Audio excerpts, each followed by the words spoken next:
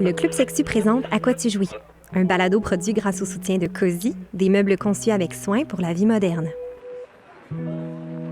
La première nuit d'amour avec ma première blonde, il y avait quelque chose de là, de total, de complet, d'unique, qui avait pas de fin, puis je voulais pas qu'il y ait de fin, puis j'ai pas perdu quelque chose, j'ai probablement gagné quelque chose de super important dans ma vie. Ouais, j'ai des frissons partout.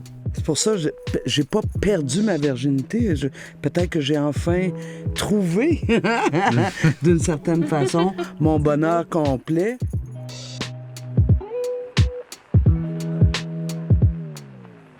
Hey, Manon Massé, Laima. Manon Massé, ça n'a pas d'allure. Shout-out à Jeff, notre ange gardien au booking. Hey, c'était un tour de force de booking quand même. Puis ce qui est important de rappeler, c'est que le soir où on a enregistré cet épisode-là, c'était la fameuse tempête de verglas qu'il y a eu au mois d'avril à Montréal. Les arbres tombaient de tous bords, tous côtés. Les chars étaient recouverts de glace. Et Manon Massé et Eugénie ont bravé la tempête pour venir nous rejoindre ici au Centre Phi. C'était complètement fou. C'est comme si la ville s'écroulait autour de nous. Puis nous, on était en train de construire une conversation tellement intéressante. Mon Dieu. Notre conversation était comme enveloppée de verglas. C'était magnifique. J'ai tellement appris de choses sur la culture et l'histoire lesbienne. Vraiment, là, un épisode important, j'avais l'impression aussi. Puis une conversation entre deux générations de femmes lesbiennes aussi, qui est quand même très privilégiée à avoir. Oui, puis je sentais aussi que les deux étaient très reconnaissantes d'avoir cette conversation-là. Puis elles se connaissaient quand même un petit peu déjà, là, donc elles avaient une certaine complicité, mais c'est vrai qu'il s'est passé quelque chose dans le studio ce soir-là. Je sais pas si c'est parce que Montréal était en train de s'écrouler de tous bords, tous côtés, puis nous, on avait comme créé une espèce de petite bulle de chaleur, mais c'était un peu magique. En sortant de l'enregistrement, il y a une chose qui m'a marquée, c'est que il y a tellement de trucs relatifs à la culture lesbienne de ma propre ville que je connais pas. Par exemple, pendant l'épisode, on a parlé de l'école Guilford, qui était un lieu emblématique de la communauté lesbienne, qui n'existe plus aujourd'hui. C'était situé en plein cœur du plateau Mont-Royal et j'avais jamais entendu parler de cet endroit-là. Je trouve que c'est vraiment représentatif d'à quel point on se souvient pas beaucoup de ce pan de notre histoire-là puis de cette culture-là. Vraiment. Puis l'école Guilford aussi, en plus, ce qui est intéressant, c'est que c'était comme un lieu vraiment d'effervescence artistique, là, de ce que j'ai compris. Là. C'était pas juste comme pour cruiser puis boire de l'alcool. Il y avait vraiment un partage comme culturel, artistique qui se passait là. C'était vraiment un bouillonnement de culture lesbienne. Oui, fait que c'est vraiment un beau moment de type « je me souviens » qu'on a vécu avec Manon et Eugénie. Ouais, vraiment un magnifique épisode. Puis pour savoir le lien entre Velma et Gandalf, ben restez jusqu'à la toute fin. Bonne écoute.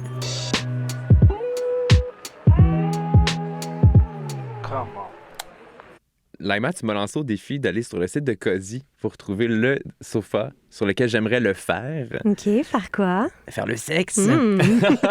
Et donc, je t'ai pris au pied de la lettre et je suis allé sur le site et j'ai trouvé dans la collection Cielo un magnifique sectionnel. OK, attends, j'ai une première question ici. Quand tu dis sectionnel, tu fais référence à quoi? T'es con. Et c'est un magnifique, donc, sectionnel de genre 1, 7, 8, 2, 3, 4. Genre 8 places. OK, attends, mais vous allez être combien sur ce sofa-là? C'est modulable. Le nombre de partenaires est modulable et je l'ai pris en beige crépuscule, qui est un peu comme style crème, un peu pâle. Parce que je joue avec le feu. Pâle? Ouais. T'es vraiment un aventurier? Ouais. Je me suis dit, why not? OK, on n'a pas peur des dégâts ici. Parfait.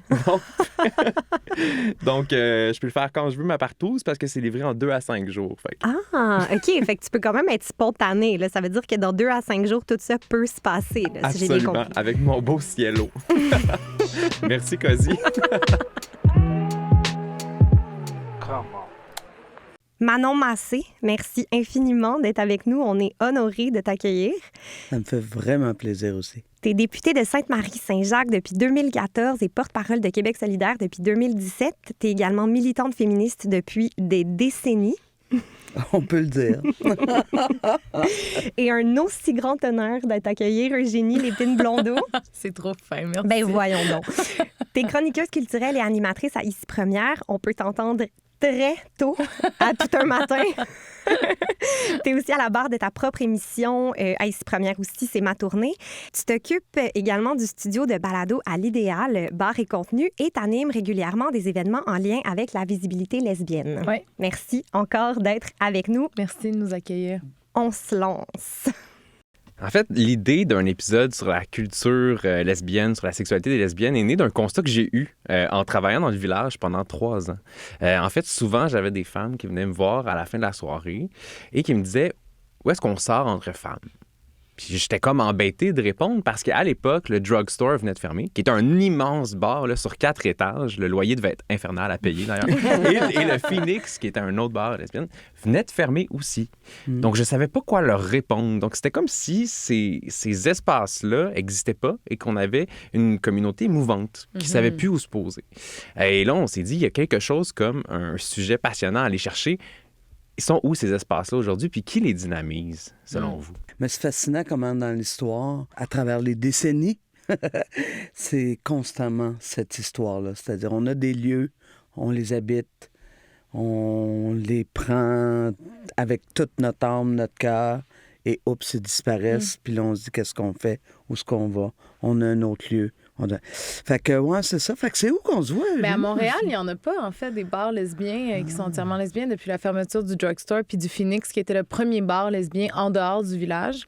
Qui était dans le Myland à l'époque. Qui est aujourd'hui le Ping Pong Club, qui organise des soirées lesbiennes. Okay. C'est ça, ouais. Tu demandais, Justin, qui les dynamise. Ben, c'est vraiment plus souvent qu'autrement des initiatives de femmes des communautés ou des personnes queer des communautés. Je vais nommer mon amie Florence Gagnon, entre autres, parce que, bon, personnellement, je lui dois beaucoup pour cet aspect de communauté-là, mais qui, en partant Let's Spread the Word, LSTW, qui est devenu un magazine aussi, elle avait commencé avec les soirées Où sont les femmes. Donc, on a intégré différents lieux.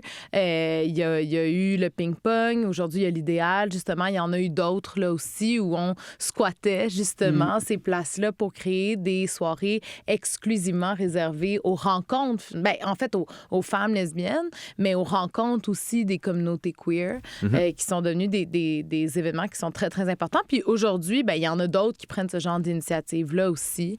Donc, ça repose vraiment sur des initiatives presque personnelles ou organisationnelles, mais il y en a très peu, là, des organisations entièrement lesbiennes à Montréal puis au Québec. C'est intéressant parce que tu dis Phoenix, le premier bar lesbienne à l'extérieur du village. Ça veut dire que tu n'as pas connu l'Abyris. Non, c'est vrai, tu as raison, mais récemment. J'aurais dû dire ça, effectivement. Non, mais c'est parce que notre histoire, entre autres, c'est ça aussi. Hein? Ben oui, t'as raison. Elle est tellement peu racontée, donc par conséquent méconnue, mais voilà, au moins tu sais mais que... tu fais bien de me reprendre, Manon, parce qu'effectivement, je pense que malgré... déjà, ça témoigne de malgré ma bonne volonté d'essayer de connaître et de comprendre nos histoires. Visiblement, je les connais pas toutes. Oui, c'est ça. Mais dans les derniers... En fait, c'était à ce moment-là, le Phoenix, le seul bar lesbien en dehors. Peut-être pas le premier, effectivement, parce qu'il y en a eu d'autres, entre autres sur Saint-Denis, sur Crescent aussi, à l'époque. Oui, c'est ça, à l'époque, oui, exactement. Pont-de-Paris, tout ça. Puis tu disais le Labyris? Oui. C'était où, ça? C'était dans le sous-sol, caché, bien sûr. Sur Saint-Denis, je sais pas, à hauteur de Rouen, à peu près. Un petit peu plus au nord. Sur le plateau. Sur le plateau. Eugénie, tu dis rapidement, ces espaces-là sont importants. Oui. Pourquoi ils sont importants? Sont importants parce que ils nous permettent de sortir de la clandestinité, là, qui existe évidemment plus aujourd'hui, mais même notre clandestinité personnelle, j'ai envie de dire, sont importants parce qu'ils nous permettent de nous rassembler, de voir qu'on n'est pas seul, de faire des rencontres aussi, là, puis de sentir la force de la collectivité dans la joie aussi. Danser toute une soirée avec une gang de lesbies ou de personnes queer, c'est, tu sais, on dira ce qu'on voudra, c'est pas le même feeling. T'sais, pour nous, en tout cas pour moi, là, personnellement.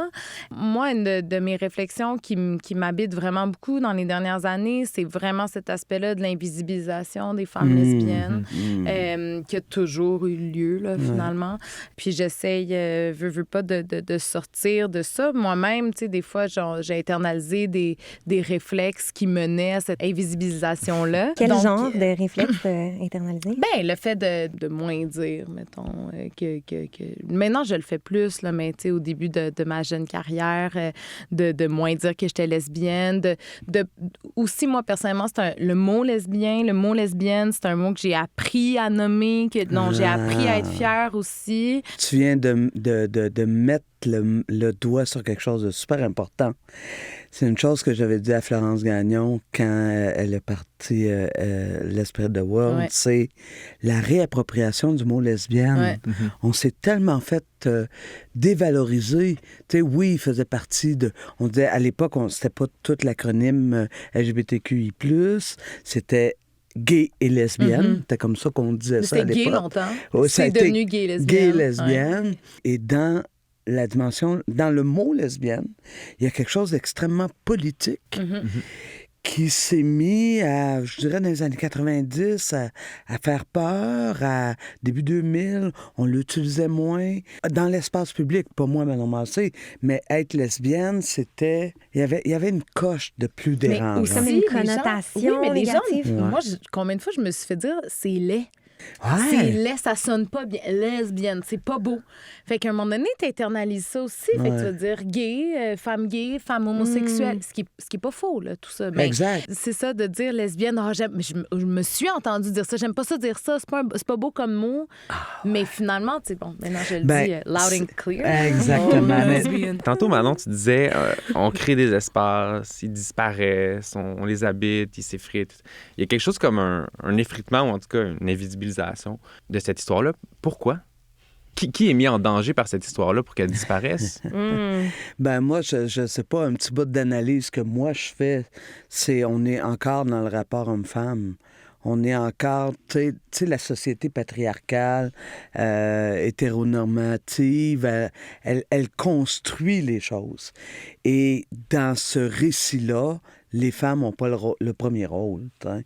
Fait que pour moi, nos communautés ont répété aussi ces mêmes patterns-là. Tu sais, moi, je me souviens de lutte, par exemple, au tournant des années 2000, où j'étais à la Fédération des femmes du Québec à l'époque, et on voulait faire en sorte que les familles homoparentales soient reconnues. Et on était au moment de la lutte de la reconnaissance des conjoints de même sexe. Et je me souviens qu'on discutait avec les gars, et les gars disaient « Non, on parlera pas des enfants. C'est pas nécessaire. On va commencer par reconnaître notre droit d'être en couple. Puis les lesbiennes disaient « Non, mais attends, c'est parce que moi, il y a des enfants qui viennent avec mon couple, et j'aimerais ça que... » Et finalement, on a invisibilisé, on a secondarisé cette lutte-là, bon, qui est arrivée quelques années plus tard, mais c'est juste pour te dire que, dans le fond, dans nos communautés, on répète aussi les patterns qui sont inscrits malheureusement depuis trop longtemps. Est-ce que vous pensez qu'il y a quelque chose aussi de l'ordre de...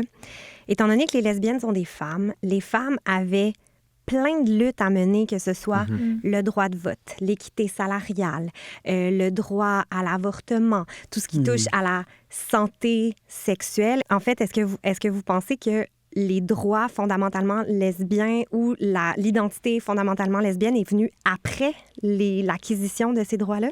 Si tu permets, Vas-y, Jenny. Manon. Elle bien est là sûr. dans le temps-là!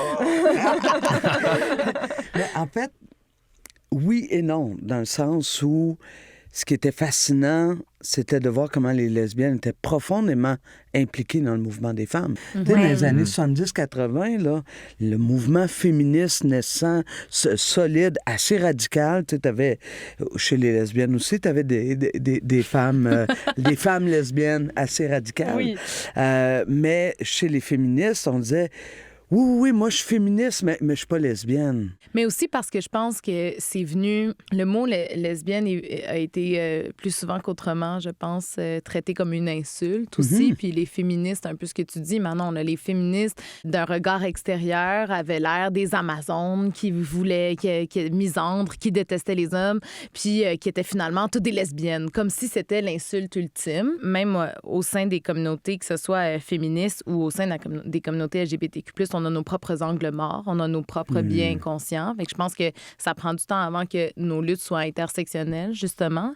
Mais aussi, c'est ça, je pense que parce que les femmes, à une certaine époque, avaient déjà tout ce dont tu as nommé, Laïma, toutes ces luttes-là, elles se battaient, je pense, plus souvent qu'autrement contre le patriarcat, contre le regard des hommes, qui leur renvoyait, en fait, une insulte où on disait « vous êtes lesbienne », donc forcément, c'est une insulte qu'elles voulaient repousser. Fait que peut-être qu'il y a eu un manque de solidarité aussi à ce niveau-là.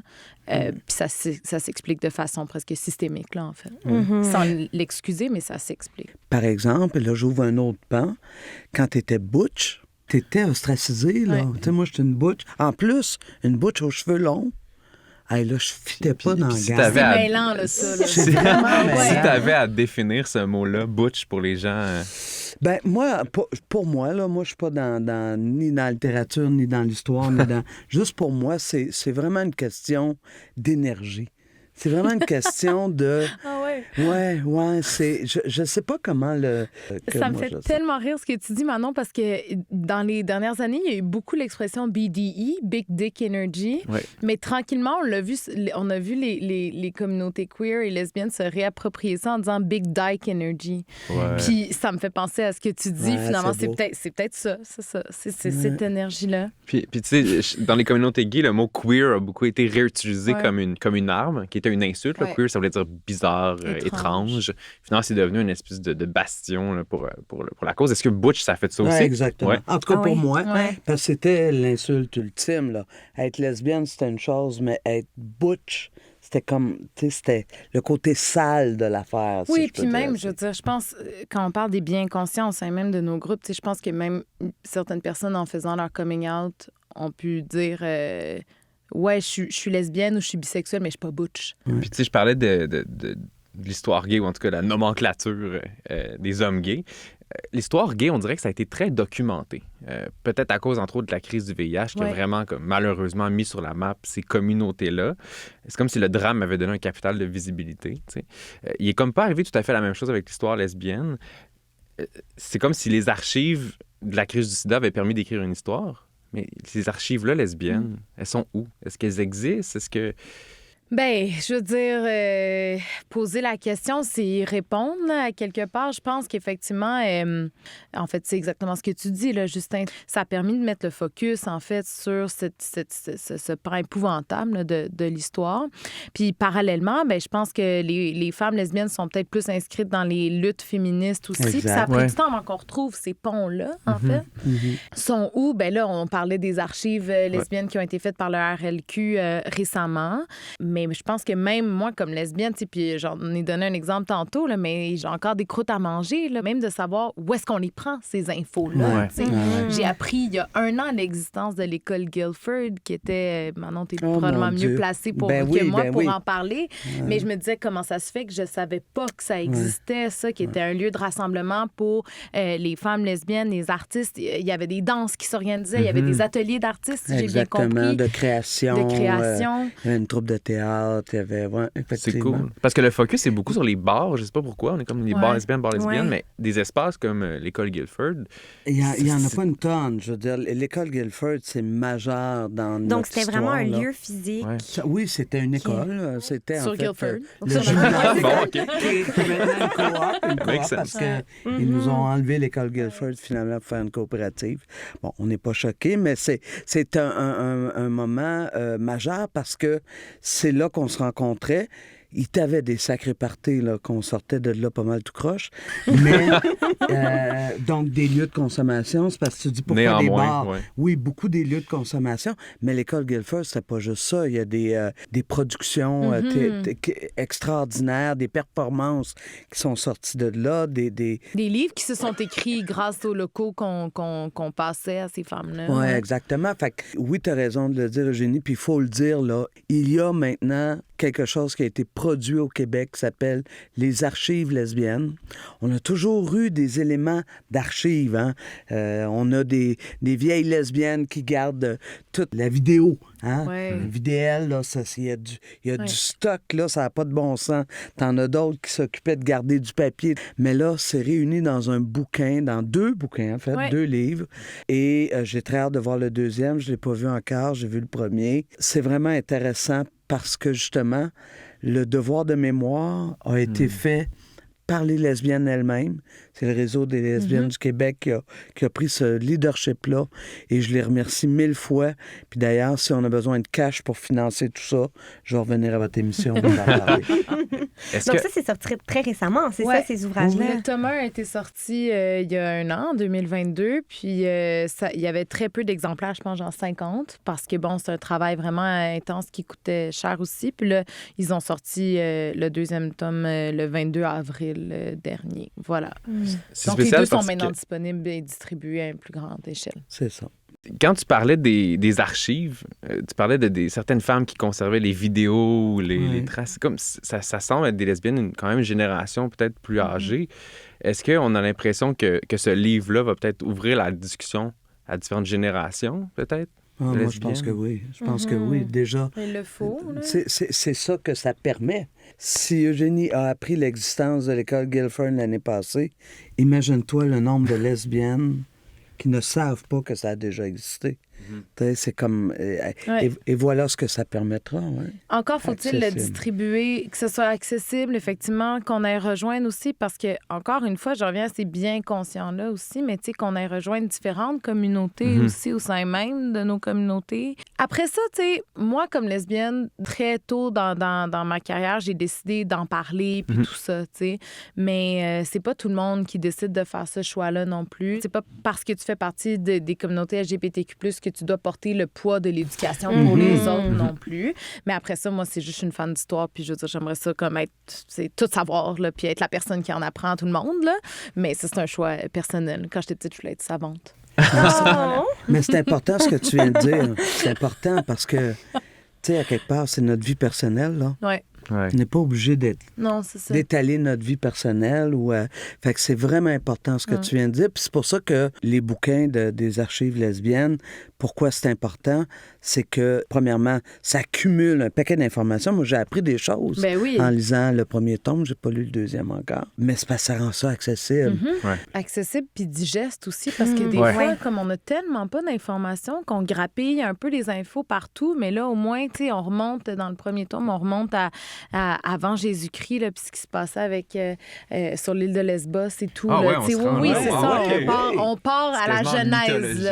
Il y a un aspect mythologique, absolument. T'sais. Faire sortir ces connaissances-là des communautés aussi, parce que ça concerne tout le monde, cette histoire-là, d'une certaine manière. Je pense que le Parlement puis le gouvernement pourraient avoir un travail à faire en ce sens aussi, parce que comment ça se fait qu'on passe devant la coop de l'école Guilford aujourd'hui puis qu'il n'y a pas un écriteau, mettons, pour dire avant, il y avait ça, tu sais... Ici, il y a eu des sacrés parties. Des bonnes chicanes, c'est clair. Des débats. Des French du monde qui ont cassé, tout ça, là. Non, c'est sûr, tu sais, ou la toponymie, etc. Tellement. Rendre ça visible aussi, encore une fois, notre histoire puis notre passé qui est riche. Puis tu sais, tu disais, Eugénie, que toi, tu as décidé d'en parler, que maintenant, tu répondais que parfois, on peut séparer sa vie personnelle puis pas nécessairement le prendre sur ses épaules, ce devoir-là de mémoire. Mais toutes les deux, vous êtes des figures publiques, Manon en politique, toi, Eugénie, dans les médias, qui avez décidé quand même d'en parler haut et fort, de cet aspect-là de votre identité. Est-ce que ça a été difficile pour vous de faire ce coming out-là médiatique? Ça a-tu été comme mal reçu? Ça a-tu été... Je peux commencer, je suis plus vieille. Ben, c'est drôle parce que moi, je l'ai toujours dit, j'ai jamais eu l'impression d'être dans le garde-robe.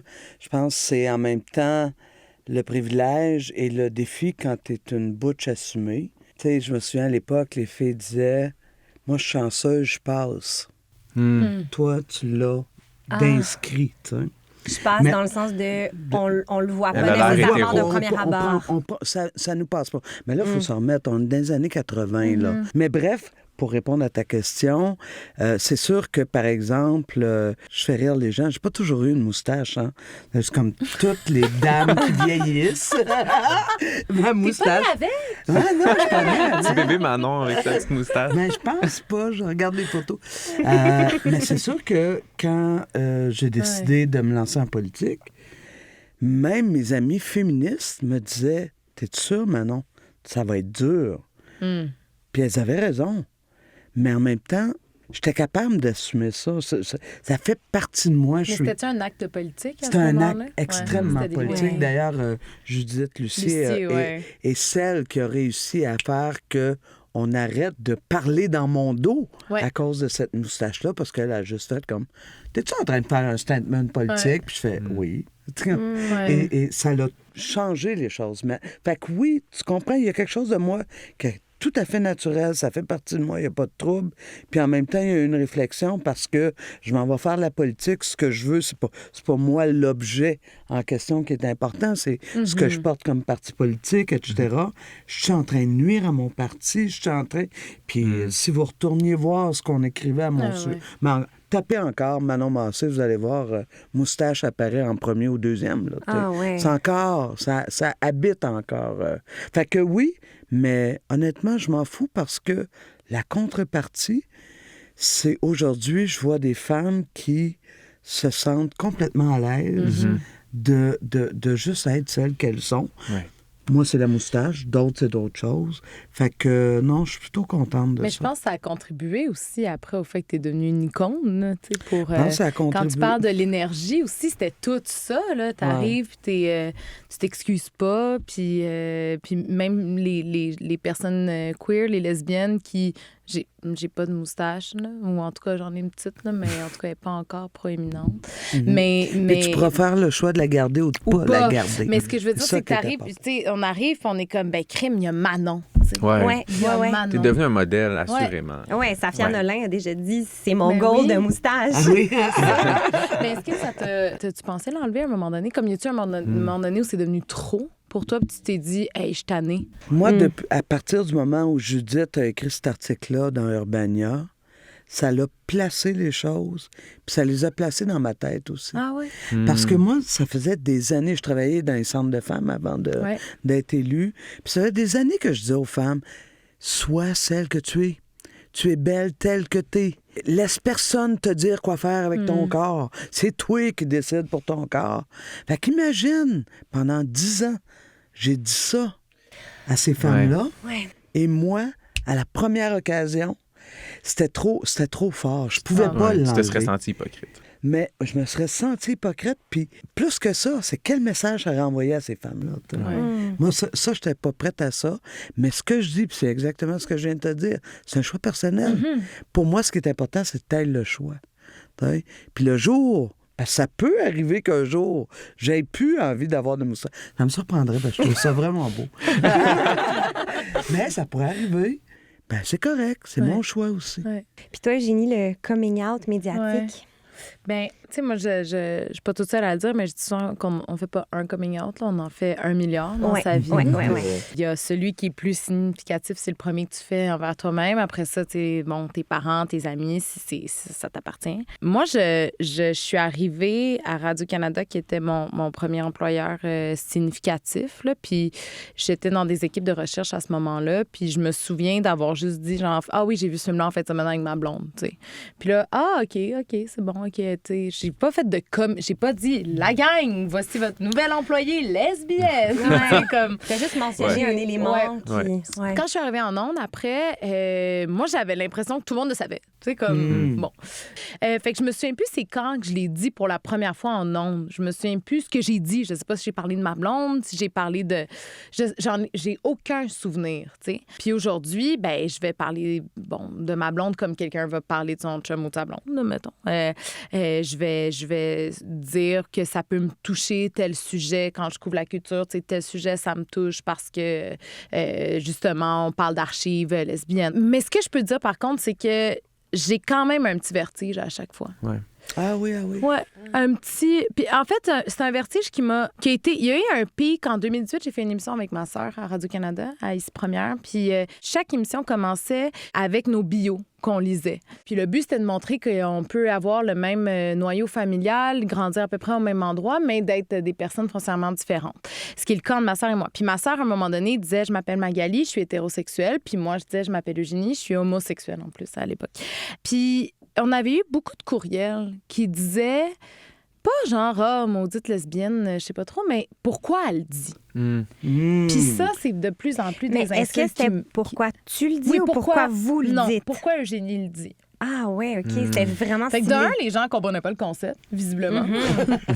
Puis de deux, ça menait encore à cette volonté de nier nos expériences, de nier nos réalités et donc de contribuer à cette invisibilisation-là. Ça me fait vraiment de la peine de l'avouer, mais avec le climat de plus en plus anti-LGBTQ+, au-delà du vertige, une fois de temps en temps, il y a de la peur. Ouais. C'est pas basé sur une expérience personnelle. Tu sais, moi, j'ai une équipe, je suis entourée d'une équipe de travail qui est formidable, là, tu sais, que je n'y ai jamais eu là, de rien là, à propos de mon orientation sexuelle, rien de négatif. Là. Mais j'y pense 2 fois quand je mets sur les réseaux sociaux que j'anime une soirée LGBTQ+, mettons. J'espère que mes parents vont pas écouter ça parce que eux autres, je sais qu'ils ont peur, puis je veux pas dire que ça fait du chemin aussi dans ma tête. Mais ouais, il y a de ça. Mais ça a pas rapport avec mon coming out ou comment moi je me sens. C'est légitime quand même. Mais c'est malheureusement, je trouve qu'il y a cette montée-là. Absolument. Mais c'est ça, c'est le climat général. Ouais. Le climat général, c'est qu'il y a du monde qui se sentent légitimes d'aller devant une bibliothèque pour dire qu'on veut pas que les contes soient faits par une drag queen alors que cette personne-là fait ça depuis des années. C'est ce climat-là. Et je le comprends. Quand il y a eu la fusillade au Club Pulse à Orlando... Oui. Je me souviens, je travaillais à Gravel le matin. Ça s'était passé un samedi soir. Puis le dimanche, j'étais la seule à être recherchiste de veille, là, dans le fond, qu'on appelle. J'ai tellement pleuré, là. J'ai tellement pleuré parce que je me disais, crime. J'avais jamais pensé, là, je suis aussi une personne naïve, mais tu sais, que ça pouvait arriver. Tu sais, on avait entendu, mettons, Polytechnique. Bon, c'était contre des femmes. Oui, des gestes répréhensibles qui visent des femmes, des communautés LGBTQ+, mais là, c'était tellement concret. Ça visait des gens de mon âge aussi, dans une pratique à laquelle je m'adonnais, là, c'est-à-dire sortir dans les clubs, mettons. Puis ça, c'est ça. T'as raison. Puis tu sais, je pense que de briser cet espace-là par la violence, qui était le pouce, ça l'a brisé tous les autres espaces aussi. Exact. Il y a quelque chose comme c'est des communautés partout à travers le monde. Fait, quand il y en a une comme ça qui est ébranlée, mais tous les autres espaces tremblent aussi. Puis là, peut-être aussi que moi, ça m'a shaké dans mon privilège aussi, parce qu'il y a combien d'États là, qui ont toujours pas décriminalisé l'homosexualité. Ou, fait que je suis très consciente là, de l'État dans lequel nous, on vit, du pays dans lequel on vit, où on a légalisé l'homosexualité, le mariage gay, effectivement. Mais c'est ça. Mais on sent toujours ça. Je veux dire, faut se rappeler qu'on vit dans un état de droit, mais dans lequel l'homophobie, la transphobie fait aussi ses ravages. Puis moi, ce que j'entends dans ce que tu dis, puis ça m'attriste, mais je comprends, c'est que dans le fond, c'est ça qu'ils veulent. C'est qu'on se la ferme. Oui, fait que là, maintenant, je sens que c'est plus politique de ma part aussi. Ma posture a comme changé un peu à cause de ça, mais... Tu sais, ce que je trouve dur aussi, des fois, c'est quand j'aborde des sujets en culture qui touchent les communautés LGBTQ+, des fois, je suis comme, bon, tu sais, on me dit tout le temps, là, on sait bien avant en parler parce que... Là, c'est son sujet. Ça peut m'être reproché. Puis ça, je trouve ça super tough parce que je suis comme, voyons, il me semble, de par mes expériences, j'ai développé un peu une expertise pour traiter de ce genre de sujet-là, mais c'est viré contre moi, des fois, tu sais. Fait que on sait bien, elle va parler de ça. Oui, c'est ça, mais c'est les stratégies. Victimiser, mais non, mais c'est des stratégies pour nous faire taire. Absolument. Puis tu sais, un des remèdes à la peur, c'est d'avoir des modèles. Forcément, ça permet de... Puis on a décidé que tu étais un modèle, Manon. Je te l'annonce. T'es consacrée.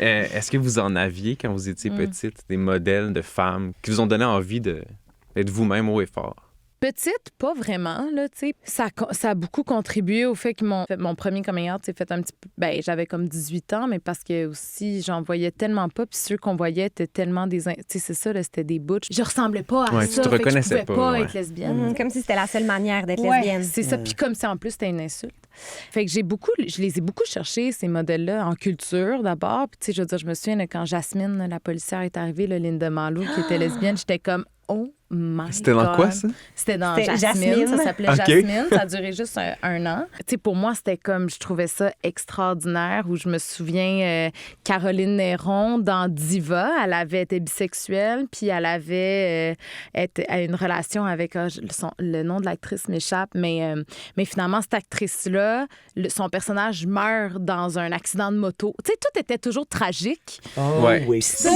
a pris du temps avant d'avoir des storylines queer qui n'étaient pas tragiques. Puis encore, je trouve que les lesbiennes, on en a très peu là, en culture. Là, je veux pas comparer, mais je trouve les hommes gays, en culture, ils ont souffert du préjugé du meilleur ami gay pendant longtemps.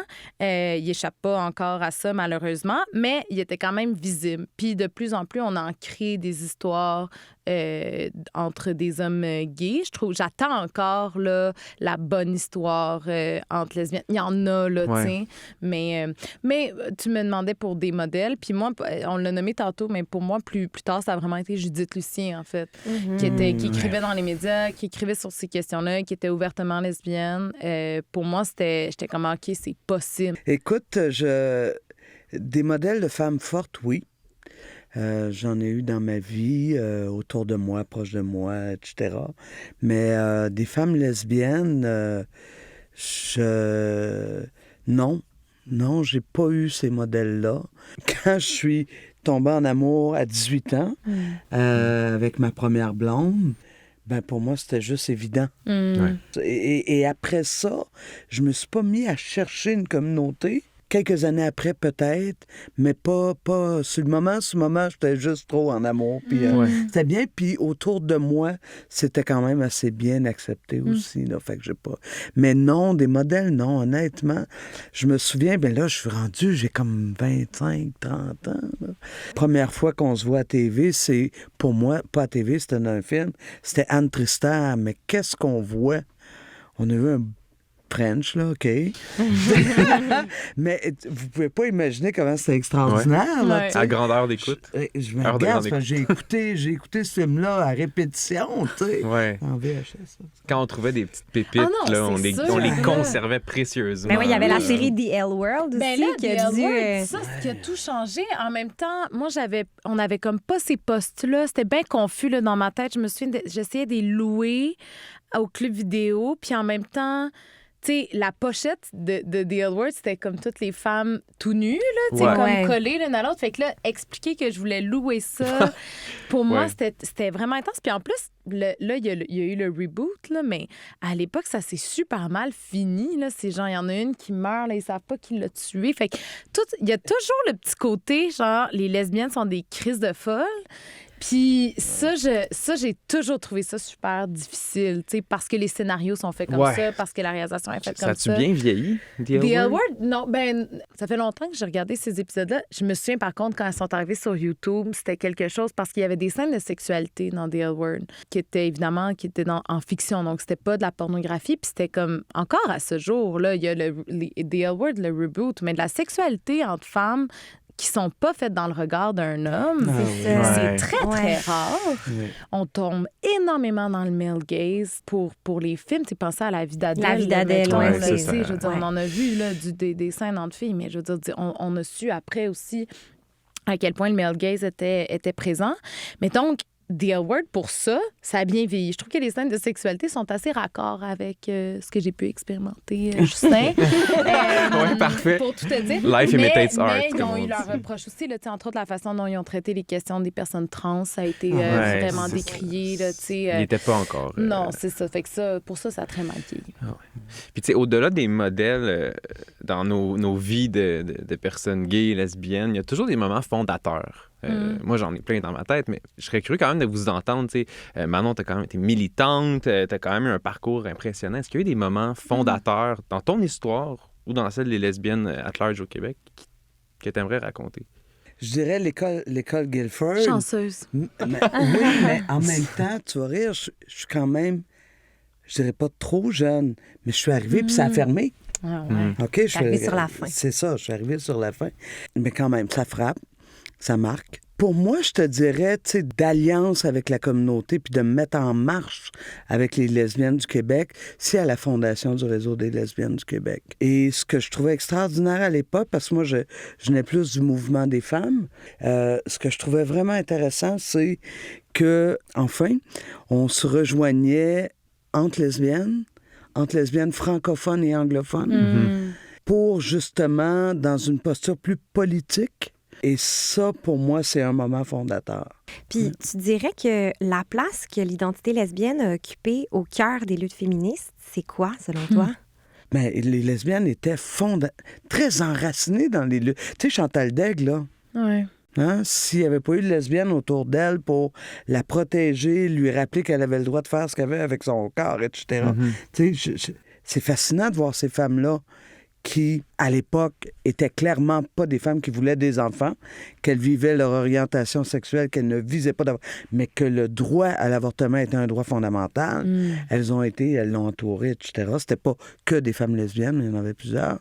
Est-ce que vous sentez qu'il y a des différences entre les luttes des lesbiennes de vos deux générations? Est-ce qu'il y a eu une forme d'évolution? Puis si oui, de quoi elle est faite? Ben, moi, je trouve que oui, effectivement.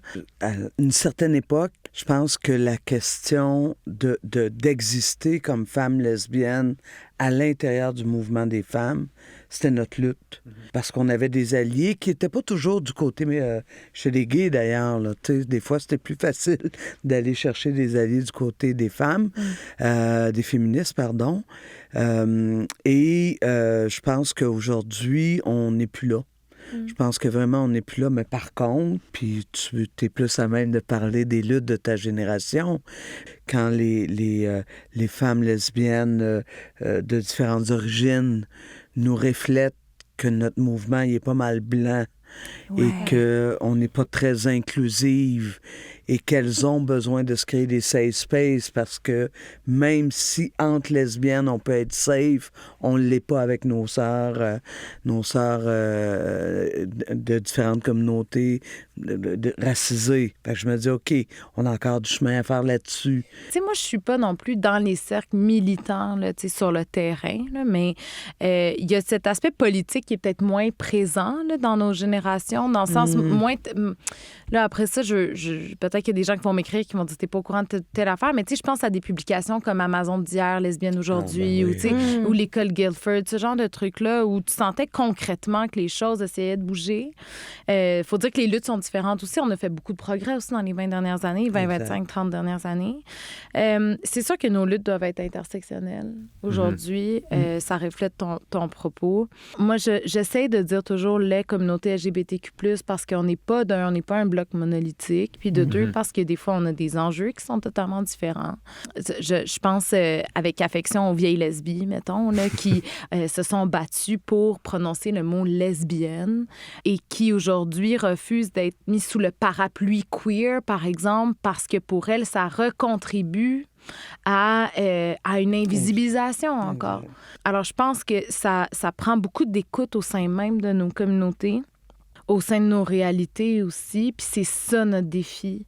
Il n'y a rien qui me rend le plus triste et découragée quand je vois que nos communautés sont morcelées, quand je vois qu'il y a un manque de solidarité entre des personnes trans, entre des personnes lesbiennes, gays, etc. Je me dis, OK, si nous-mêmes, on n'est pas capable de se comprendre puis de s'entraider, c'est que ça... Comment est-ce qu'on va être solidaire contre les menaces extérieures puis l'incompréhension extérieure? Fait que ce qui est important aussi aujourd'hui, c'est de comprendre nos enjeux, de les écouter aussi, de voir qu'il y a des mots qu'on n'avait pas il y a 30 ans pour parler des réalités, qu'on les a aujourd'hui. Ça se peut qu'on rajoute une lettre à l'acronyme, mais ça fait juste en sorte qu'il y a des gens qui se sentent vus, qui sentent qu'ils existent aussi, puis il faut porter une écoute à ces gens-là, d'abord au sein même de nos communautés. Je suis pas moi-même à l'abri là, de pas comprendre, là, tu sais. Fait que c'est un travail qui est constant, je pense, à faire. Toi, Eugénie, des moments fondateurs? Ben, j'en ai quelques personnels, quand même des rencontres extrêmement marquantes avec mon amie Ariel, qui était à ce moment-là la première personne lesbienne que je rencontrais à 18 ans quand je suis arrivée au cégep. Puis, tu sais, je veux dire, j'avais pas encore fait mon coming out, mais Ariel racontait des histoires au drugstore, justement. Puis j'étais comme, aïe, OK, là, tu sais, ça se peut. Puis il y a quelqu'un qui me montre que c'est cool, là, que ça peut être cool. Parce que pendant longtemps, je pensais, tu sais, je me disais, c'est une chose parmi d'autres. Tu sais, je sentais pas le besoin là, de m'identifier ou quoi que ce soit. Ou de revendiquer. Ou de signaler à mes amis qui étaient hétéros la particularité lesbienne, par exemple. Puis j'animais pendant 4 ans une émission à CISM qui s'appelait Les Dessous féminins, puis qui était une émission d'abord féministe, puis qui est devenue queer et féministe. Puis à ce moment-là, j'avais rencontré Florence Gagnon, là, qu'on a nommée quelques fois depuis le début, qui commençait à faire le mag à l'STW, qui était... et qui est encore à ce jour la seule publication bilingue, lesbienne et queer au Canada, qui est vendue partout dans le monde. C'était leur première édition, puis Florence, qui est une entrepreneure... comment dire... inépuisable. Je l'avais reçue avec Marianne Gauthier puis, pour l'émission. Puis à ce moment-là, elle lançait le mag. Puis je m'étais inscrite pour recevoir le magazine. Puis Florence était venue me le porter à la maison. Puis je m'en étais pas rendu... Bien, je m'étais pas rendu compte de sa présence, mais j'ouvre mon courrier, puis je reçois le mag, puis je suis comme, voyons, il n'y a pas de timbre. Ça veut dire qu'elle est venue direct me le porter. Wow. Puis c'est vraiment innocent là, comme histoire, mais pour moi, j'étais comme, OK... C'est la force d'une communauté, c'est la force d'une idée, c'est la force d'un projet aussi qui souligne et qui fête nos histoires. Je lui raconte souvent là, comment ça, j'étais comme cette fille-là, elle est sharp. Il faut que je la garde pas loin dans ma vie. C'est devenu une super Elle a bonne littéralement amie. spread the word. Elle a littéralement spread the word. Elle l'a mis dans ta C'est bon. Mais je trouve que c'est vraiment une histoire de désir tellement fort, de partage et de diffusion jusqu'au pas de ta porte. Oui. C'est pas anodin, je trouve, comme histoire. Puis après, Florence et Marianne, elles m'ont entraînée dans des parties aussi, puis tout ça. Puis c'est là aussi où j'ai compris l'importance des amitiés lesbiennes, tu sais, ce qu'on valorise pas nécessairement, ou en tout cas, ce que je valorisais pas parce que je savais pas que ça existait, en fait. Tu sais, la pornographie, c'est tellement présent aussi, même dans le regard qu'on se fait de nous-mêmes. Puis je trouve, à une certaine époque, tu sais, la seule image qu'on peut avoir du lesbianisme, c'était ce qui nous était projeté par la porno. Puis là, comme même moi, pour vrai, j'en consommais pas, mais c'est quand même ce qui est amené, là, tu sais, le ciseau, se manger à la chatte, là, tu sais, tout le vocabulaire comme... je m'excuse de dire ça. Là. Non, t'es à la bonne place. mais tout ça, donc, de voir en fait, qu'une relation entre femmes et entre lesbiennes pouvait être autre chose que érotique et érotisée, pour moi, c'était important aussi. Et autre chose que... une performance pour exciter les hommes. Absolument. Une autre affaire, ça me fait penser, on dirait que j'ai souvent entendu lesbienne par choix ou par dépit. De plus en plus, je me rappelle, j'étais à un party il y a genre 1 an ou 2, puis une fille, elle m'a dit, j'ai tellement été déçue par les hommes que je me tourne vers les femmes. En France, c'est quelque chose de très, très présent, là, le lesbianisme politique. Virginie Despentes, notamment, qui en parle beaucoup. Ouais. Puis, je sais pas comment je me sens par rapport à ça. Ouais, c'est spécial. C'est comme instrumentaliser un peu une identité, là, avec un but. Je sais pas. Pour moi, si effectivement la personne, pour se faire du bien, pour être en sécurité, je dirais, dit, ben regarde, moi, dans le fond, je me coupe de ce qui a été ma souffrance. Ouais. Puis je sais pas, moi, j'ai pas envie de... C'est pas mon chemin, mais je peux comprendre. Oui, de me condamner ça d'emblée. Moi, la seule chose qui me dérange là-dedans, c'est l'idée que c'est un choix, en fait. Ouais. C'est dangereux comme prémisse. Ça peut être dangereux comme prémisse parce qu'après, ça ouvre la porte aux thérapies de conversion, mettons, si on pousse super loin. Mais c'est ça. Après, qui suis-je pour invalider Virginie Despentes? mais en tout cas, je connais pas toute l'histoire de Virginie Despentes, mais elle l'a politisée, c'est sûr, mais je pense pas qu'elle s'est improvisée. Non, mais je veux dire, si elle a des relations sexuelles avec des femmes, elle doit pas être genre là, tu sais, ça doit être un minimum, là. Mais avez-vous aimé mon imitation? Oui. Mais c'est vrai que je sais plus qui, mais j'entendais une autrice il y a pas si longtemps qui disait, moi, j'aimerais ça, être lesbienne politique. J'aimerais ça, j'ai essayé, mais il y a quelque chose qui le fait pas sur le plan physique ou peu importe. Donc, elle continuait soit de dater des hommes hétéros, soit de dater personne. Mais un autre des trucs qui peut être peut-être dangereux aussi, c'est la vision d'être lesbienne pour un petit trip d'un soir. Comme si c'était un petit écart de conduite là, pour vivre une expérience. Est-ce que vous avez déjà entendu ça ou est-ce que vous avez déjà senti utiliser pour vivre une expérience? Ben, Katy Perry, I kissed a girl and I liked it. 100%. C'est ça. Quand la toune est arrivée, moi, c'était l'été où j'ai eu ma première blonde, puis j'étais comme, il y a pas juste tabou, là. All the things she said, running through. Oui, c'est vrai. Oui, absolument. Il y avait I kissed a girl. Après, aujourd'hui, je suis comme, OK, Katie, là, je vois que tu t'es sortie de la je pense qu'elle faisait de la pop chrétienne là, pour arriver à... Shit, okay, Puis après, c'était le cherry chapstick. Oui, c'est ça. On voit qu'il y avait un petit tokenisme avant même d'avoir ce mot-là. Exact. Oui. Pour répondre à ta question, oui, à toutes tes questions, je me suis déjà sentie utilisée. Je l'ai moi-même déjà dit aussi, là, quand j'ai fait mon coming out, là, j'avais dit à mes parents, je suis bisexuelle, là, dans le sens, il y a de l'espoir pour eux. S'ils avaient peur que, je sais pas, là, que je finisse ma vie avec une femme. Je l'ai probablement internalisé aussi un peu. Beaucoup, dans les premières années de mes coming out. Être avec une femme en public, on a toujours le risque d'être pointé du doigt aussi pour aguicher les autres. Ouais. Les autres étant les hommes. Oui, plus souvent qu'autrement. Plus souvent qu'autrement. Puis c'est drôle parce que on a aussi un espèce de deux poids, deux mesures où les gars vont beaucoup tolérer que leur blonde le fasse avec une autre fille, comme si c'était vraiment inoffensif pour son couple, alors que si elle le faisait avec un autre gars, ça mettrait en danger quelque chose. Comme si le sexe entre femmes était inoffensif, comme si ça ne mettait pas en danger une structure. Et pourtant... Drops the mic. Donc, échappe-le pas. Qu'est-ce que tu veux dire? Ouais. Ben, c'est juste... ça peut jouer rough dans les coins. La métaphore de hockey. Non, moi, c'est dans le sens où quand t'es pleinement sur ton X, là, ta sexualité est puissante. Quand tu l'es pas sur ton X, elle est pas puissante.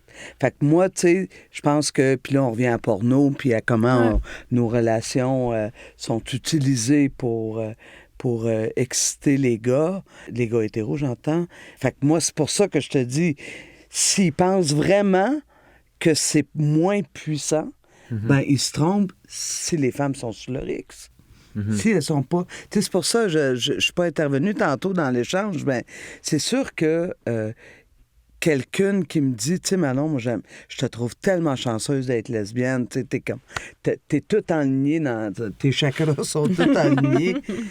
J'aimerais ça, tu sais. Ouais, ben c'est ça se commande pas, là. C'est ça. Tu sais, même moi, en vieillissant, là, par exemple, j'ai beaucoup moins de désir que j'en avais avant. Avant, je pouvais comme... Mon Dieu, comment qu'on disait ça? Je m'énervais, je m'excitais pas mal, mais là, c'est moins le cas. Mais je peux pas le créer, ça. Ouais. Faut que ça soit là, que ça existe. Mais quand ça existe, oh mon Dieu, que c'est puissant. Puis c'est ça qu'il se trompe. C'est pas banal. Mais c'est sûr qu'il y a dans l'imaginaire collectif que des relations entre femmes, c'est inoffensif. C'est pas des c'est vrais... incomplet. C'est ça. Probablement ça. parce qu'on s'imagine qu'il n'y a pas de pénétration. Et donc, notre vision de la sexualité des premières fois, c'est très phallocentré. Fait que c'est sûr que là, les femmes, les gens, ils s'imaginent des ciseaux ou genre des Barbie, là, tu sais, genre qui... Bon. Fait que... Alors que c'est complexe, la sexualité, tu sais, puis... fait que oui, je pense qu'on a dans l'imaginaire collectif encore ces préjugés-là qui sont véhiculés aussi par une incompréhension de nos réalités, par le manque de représentation dans la culture. Je reviens toujours à ça, mais... C'est comme si le phallus était nécessaire pour ouais. que quelque chose se passe. Puis Dieu. aussi, la perte de la virginité, c'est beaucoup en lien avec la pénétration, tu sais. C'est une drôle de question que je vais poser, mais ça veut dire quoi perdre sa virginité pour une femme lesbienne? Wow! C'est drôle, hein? Je me suis jamais posé la question. Moi non plus. Jamais. T'as une bonne raison pourquoi. Mais quand je regarde le symbole de perdre la virginité, premièrement, faites juste répéter ça. Quelle là. vilaine C'est ça. expression. Qu'est-ce que c'est Perdre donc quelque dégueulasse. chose. Ah ouais, c'est c'est- weird. Oui, exactement. Ça va où? Ça, oui. Sauf que je peux comprendre à l'époque où la sexualité était hétérosexuelle et où les femmes, pour plusieurs, choisissaient pas d'avoir des relations sexuelles. Donc, tu te trouvais à perdre quelque chose. Je peux comprendre ça, tu sais. Mais mettons que si je me dis, OK, là, je sors de ça, puis je me dis, OK, c'est où le moment majeur, le moment tournant, le moment marquant? Moi, je pense que, sincèrement, là, c'est... Puis c'est pour ça que j'ai pas perdu ma virginité. Peut-être que j'ai enfin trouvé, d'une certaine façon, mon bonheur complet. C'est vraiment la première nuit d'amour avec ma première blonde. Pour moi, il y avait quelque chose de là, de total, de complet, d'unique, qui avait pas de fin, puis je voulais pas qu'il y ait de fin, puis j'ai pas perdu quelque chose, j'ai probablement gagné quelque chose de super important dans ma vie. Ouais, j'ai des frissons partout. Puis il fait chaud dans le studio. Oui, il fait chaud. C'est vraiment magnifique. Puis Pas ma ménopause, OK? Je trouve vraiment que tu as mis le doigt sur quelque chose, puis ça serait un autre épisode, mais on est supposé gagner quelque chose avec la sexualité. C'est supposé nous agrandir, pas nous amenuiser ou nous rapetisser. Puis c'est vrai qu'on pourrait manifester contre perdre sa virginité. My God. Contre l'expression, en tout cas. Ouais. Mais je vais te dire quelque chose de super quétaine, mais je pense que c'est un émoi. Surtout quand on a l'impression d'être un peu perdu. Ça, je pense que ça peut avoir lieu, même si les lesbiennes ont peut-être eu des rapports sexuels avec des hommes avant, mais je pense qu'effectivement, on a l'impression qu'on n'a pas perdu quelque chose, mais qu'on a trouvé quelque chose, en fait. Un peu comme ce que tu disais, Manon. Il y a un confort, un confort. Ça peut quand même, les premières relations sexuelles, ça peut quand même être un peu bumpy puis awkward, là, mais il y a un confort intérieur, je pense, comme si on arrivait sur son X. Finalement, tu dis toutes tes bonnes affaires, Manon. Ben, écoute, j'ai vécu. Il y a aussi beaucoup de clichés puis de préjugés qui entourent la sexualité lesbienne. Qu'est-ce qui vous vient en tête en premier quand je vous parle de ça? Que les femmes n'ont pas de sexualité. Ah ouais? Ben ouais. C'est qui fait le gars? C'est qui fait le gars? C'est vrai qu'on entend ça souvent. Ouais. Je sais pas si c'est encore le cas aujourd'hui. Là, ouais. Ben, je veux dire... non, mais qu'on n'a pas de sexualité, qu'on n'a pas de sexualité avec pénétration, mettons. C'est drôle parce que j'étais dans une émission avec Lynn Chamberlain récemment qui a dit quelque chose qui m'a vraiment... qui m'a ouvert les yeux, mais elle disait... Les lesbiennes, elle disait mieux que ça, là, mais ont pas de code dans la sexualité. Donc, arrivent puis construisent leur propre sexualité. Puis il y a bien des affaires qui sont pas nommées, qui sont pas codifiées dans la société non plus, puis que c'est ça notre sexualité.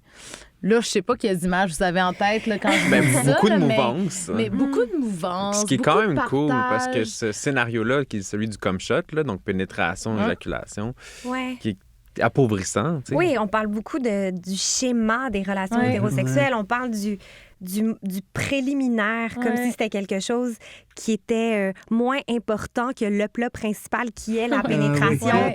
L'homme jouit, comme tu dis, comme shot ou peu importe. La femme jouit pas. Bon, là, je suis vraiment comme dans le scénario hétérosexuel, le schéma classique, mais c'est vrai qu'il y a quelque chose de l'ordre de la construction dans ce que tu dis que j'aime beaucoup. Puis je pense qu'après ça, tu sais, tous les types de relations d'orientation sexuelle aussi peuvent être victimes de toutes sortes de préjugés. Je suis sûre que c'est le cas pour les hétéros aussi. Et ça fait en sorte qu'on veut peut-être moins essayer toutes sortes d'affaires parce qu'on se rend compte qu'on ne correspond pas au schéma, là, justement. Oui, parce qu'on entend souvent que la catégorie qui jouit le moins serait les femmes hétéros. Ben oui. C'est vrai. Oui. Mais pas vous. Non, mais moi, ça va. J'ai la chance que ça aille bien dans cette sphère-là. Mais oui, non, mais combien de fois on a entendu ces statistiques-là? Là, je les ai pas non plus, mais oui, que c'est ça. C'est les femmes qui jouissent moins, alors que les femmes lesbiennes atteigneraient le plus l'orgasme. Et je pense si c'est la finalité souhaitée, évidemment. Exact. Bien sûr. Mais oui, on continue, les lesbiennes, de souffrir de toutes sortes de préjugés liés à la sexualité. Puis encore une fois, je pense que parce que pendant vraiment longtemps, les seules idées qu'on avait étaient liées à la porno, tu sais, qui est principalement consommée, je présume, par des hommes hétéros pour ce qui est de la porno lesbienne, puis qui fait en sorte que cet imaginaire-là, tu le vois des fois dans les yeux. Là. Tu fais des coming out pour la première fois dans des membres de ta famille ou des amis, puis tu le vois. Oh. T'es comme, OK, lui, Ma tante Pauline je là, est sais. après. Genre, je te demande, C'est ça. OK, comment ça marche? Comment Ouais, elle baise? c'est ça. tu sais? Où ils Ouais. voient, où ils s'imaginent là, ce qu'ils ont vu en porno. Tu sais, tu le vois, là, qui se passe. Ils sont comme, ah, ça, c'est une même pour vrai, tu sais. Fait qu'il faut se défaire de ces préjugés-là. Puis en même temps, moi, si on me les colle pas, si on m'en parle pas, m'en fous.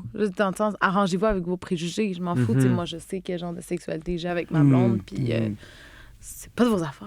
Non, c'est vrai.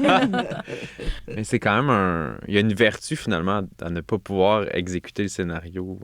Si je peux mettre Ben le ouais. feu à Beaucoup de créativité. Créativité. Ben ouais, c'est le ça. mot Mais, qui mais me moi, comme venait. tu dis, Ben moi, je ouais. vois mouvance, je vois exploration. Puis Ouais. ce qui est intéressant, c'est... Puis un des préjugés, c'est de penser que la sexualité entre lesbiennes, c'est un préliminaire sans Ouais. fin.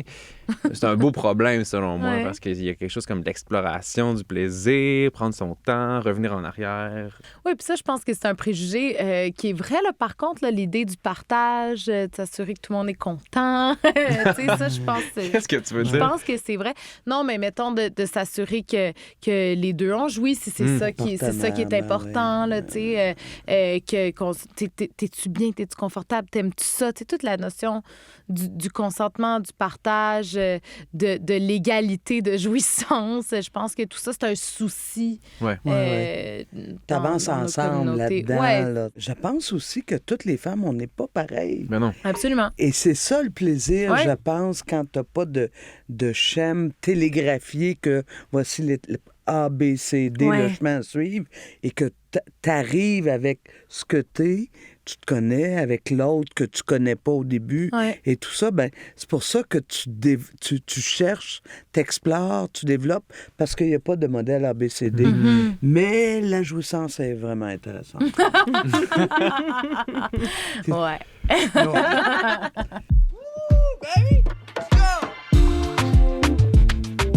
Oh my God, c'est la question qui twerk. Dans un univers alternatif, si vous pouviez être un personnage lesbien fictif qui est dans la culture populaire, vous seriez lequel? Mais moi, j'ai toujours pensé que j'étais Bette Porter dans The L Word, mais je pense que je me pense vraiment plus haute que ce que je suis en réalité. Bette, pour moi, c'est la première power lesbienne, lipstick lesbienne, puis c'est des affaires auxquelles je voulais beaucoup m'associer. Je la trouve incroyablement belle. Je sais pas si je veux être elle ou coucher avec elle. Mais bon, C'est ça la autre question. chose. Ben, la question peut être Mais ça. en fait. finalement, j'ai rencontré ma blonde, puis ma blonde, c'est plus Bette Porter. Alors, je pense que je suis plus comme Alice dans The L Word qui fait dans les médias, mais que je trouve un peu gossante des fois. Fait que ça serait un mélange des deux, peut-être. Voilà. Toi, Manon, t'as dit... Écoute, honnêtement, je pense que je le sais pas. C'est correct. Honnêtement, je le sais pas. Ah, toi, je sais qui tu pourrais être. Ah ouais, donc? Oh non, comment ça s'appelle dans Scooby-Doo, là, celle qui vient de faire son coming out? Velma? Velma! Tu pourrais avoir un Velma petit vient côté de faire son Velma. Oui! coming out. Tu pourrais avoir un petit côté Velma, mais comme plus Dyke, genre. Ah, OK. Peut-être, OK. Velma Je le Butch. prends. Écrivez-nous, dites-nous-le. Oui, exact. Si vous avez des idées pour Manon Ah, Massé. un mélange de Velma puis Gandalf. Oh my God, c'est excellent. Ah, c'est bon, ça. Ah, c'est pas super. Ou Dumbledore qui est gay, là, je pense. Ah oui, Fait que, je tu sais, pense, peut-être qu'il y a peut-être plus ça. Fait qu'on OK. va OK. trouver quelque chose, Ah, Manon. OK. Je compte sur vous autres. Merci infiniment à vous deux. C'était une merci à discussion fascinante, vraiment. C'était vraiment le fun. J'ai Merci. beaucoup apprécié. Merci. À quoi tu jouis saison 3 est une production du Club Sexu. À la réalisation et à l'animation, Justin Roy et Laïma Abouraja-Gérald. Nos invités étaient Manon Massé et Eugénie Lépine-Blondeau. Un immense merci à l'équipe du Centre Phi, sans qui rien n'aurait été possible cette saison. À la production, Mylène Lévesque. Au son, Philippe Rochefort. À la réalisation vidéo, Kevin Delamour et Charlie Poirier-Boutillette étaient à la caméra. À la recherche et au booking, Jeff Désilet. Gabriel Vigneault-Gendron a fait le montage et le mixage. On tient à remercier Geneviève Bergeron pour sa vision. La musique originale est signée Mike Clay. Un merci tout spécial à Cozy pour le soutien financier.